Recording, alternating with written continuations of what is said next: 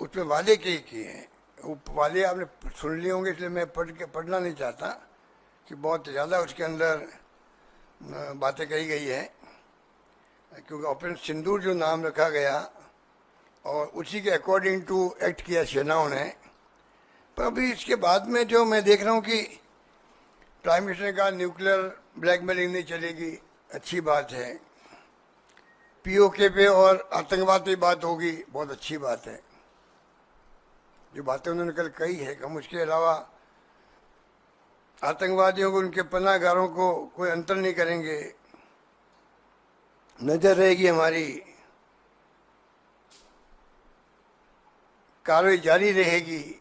ये जो आपका वो कह रहे कि जो ऑपरेशन सिंदूर है ये अस्थायी रूप से स्थगित हुआ है।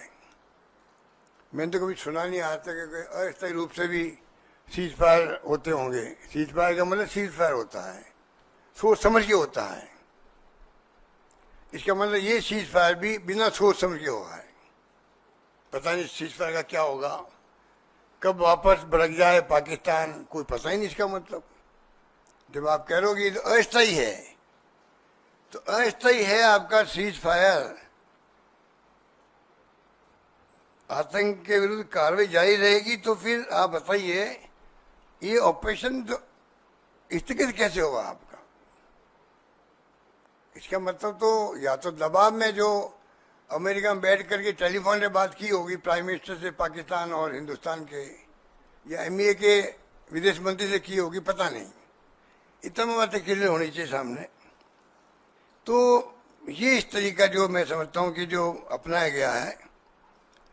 और फिर मैं कहना चाहूँगा कि जब पूरी विपक्ष आपके साथ हैं, पूरा विपक्ष साथ में आज भी आगे भी रहेगा, तो क्यों नहीं आप खुद भाग लें मीटिंग के अंदर।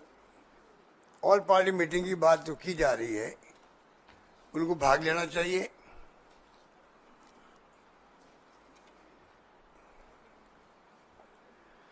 ये भाग ले नहीं रहे प्राइम मिनिस्टर, क्योंकि ये समझ के पर है कि देश का पूरा विपक्ष एक सुर में मांग कर रहा है, सपोर्ट कर रहा है आपको, साथ में मांग कर रहा है। मांग क्या कर रहा है? पब्लिक डोमेन में सब बातें आ जानी चाहिए। अगर पार्लियामेंट सेशन चलेगा, उसमें बहस होगी, तो आपकी सोच क्या है, पाकिस्तान में एक्चुअल में क्या हुआ, आपने क्या किया, आपकी नीति क्या है, जो आप कल बोले हो, ये अगर रिकॉर्ड में आती है, पूरा देश सुनता है। ऑल पार्टी मीटिंग में कई सुझाव आते रहते हैं। 2 मीटिंग आप की है, आप खुद नहीं गए, अब तीसरी मीटिंग में आप कुछ चले जाइएगा मान लीजिए, और मैसेज अच्छा जाएगा देश के लिए। सेशन बुला लीजिए पार्लियामेंट का, कुछ दिक्कत नहीं होनी चाहिए। क्योंकि राहुल गांधी जी खुद आगे बढ़ करके हमें चेता रहे हैं, वार्न कर रहे हैं देश को। कोविड के वक्त में देख रहा था, जो उन्होंने कहा कोविड की स्थिति बनेगी, आखिर वो स्थिति बनी उस वक्त में। उन्होंने कहा चाइना पाकिस्तान के साथ में, जो आपकी चाइना के साथ दोस्ती की बात आप कर रहे हो, या जाके मुल्कों के अंदर गले मिल रहे हो कई मुल्कों के राष्ट्र अध्यक्षों से, ये तमाम बातें जो है, ये आने वाले वक्त में आपको एहसास होगा कि कितने बड़े धोखे हमारे साथ हो रहे हैं। अब बताइए, इतनी बड़ी घटना हो गई और कितने राष्ट्र हमारे साथ खड़े रहे, ये बताना चाहिए पार्लियामेंट के अंदर और ऑल पार्टी मीटिंग के अंदर। पाकिस्तान के साथ तो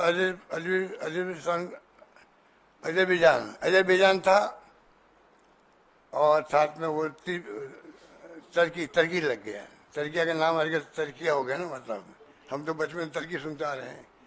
तो 2 मुल्क खुल के सामने आए। अमेरिका एक दिन कई बात कह रहा था, दूसरे दिन तो सीजफायर करवा लिया। बाकी मुल्क भी जो है ना, हमारे पड़ोसी और ना दुनिया के मुल्क, जिस प्रकार अन्याय हमारे साथ में हुआ था पहलगाम के अंदर, जिसके कारण ये घटनाएं हुई, खुल के आना चाहिए। मेरी दृष्टि में कोई मुल्क हमारे सामने आके खड़ा नहीं हुआ, उसका जवाब देना चाहिए प्राइम मिनिस्टर को। तो ये सरकार तो देखो मॉरल अथॉरिटी और मॉरल करेज खो चुकी है। ये सरकार जिस प्रकार से इन्होंने सीज फायर किया है, ये मौका था पाकिस्तान के आतंकवाद को हमेशा के लिए नेस्तनाबूद करने का। ये 6 महीने बाद में आने लग जाएंगे वापस आतंकवादी। 35 साल से हम देख रहे हैं, 90 के बाद में लगातार देख रहे हैं, 35 साल हो गए, आतंकवाद रुकने का नाम नहीं ले रहा। कितने लोगों की हत्या हुई है, चाहे हमारे आर्मी के हो या पैरामिलिट्री फोर्सेज के हो, BSF के हो, सिविलियंस हो, तो कब तक भुगतेंगे? ये मौका था हमारे लिए, गोल्डन अपॉर्चुनिटी थी, प्राइम मिनिस्टर खुद के लिए, देश के लिए, गवर्नमेंट के लिए, पूरे देश के लिए थी, उसको हमने खो दिया सीज फायर करके। अगर सीज फायर करना ही था तो बाकायदा PM लेवल पे बातचीत होती या MEA के मंत्री हैं लेवल बात होती, कॉन्क्रीट बात होती कि कोई भी भविष्य में पाकिस्तान की सरकार, उनकी सेनाएं कोई भी अलाउ नहीं करेगी पाकिस्तान में टेररिस्ट के अड्डों को, अलाउ ही नहीं करेगी, तो उनके हाथ में है।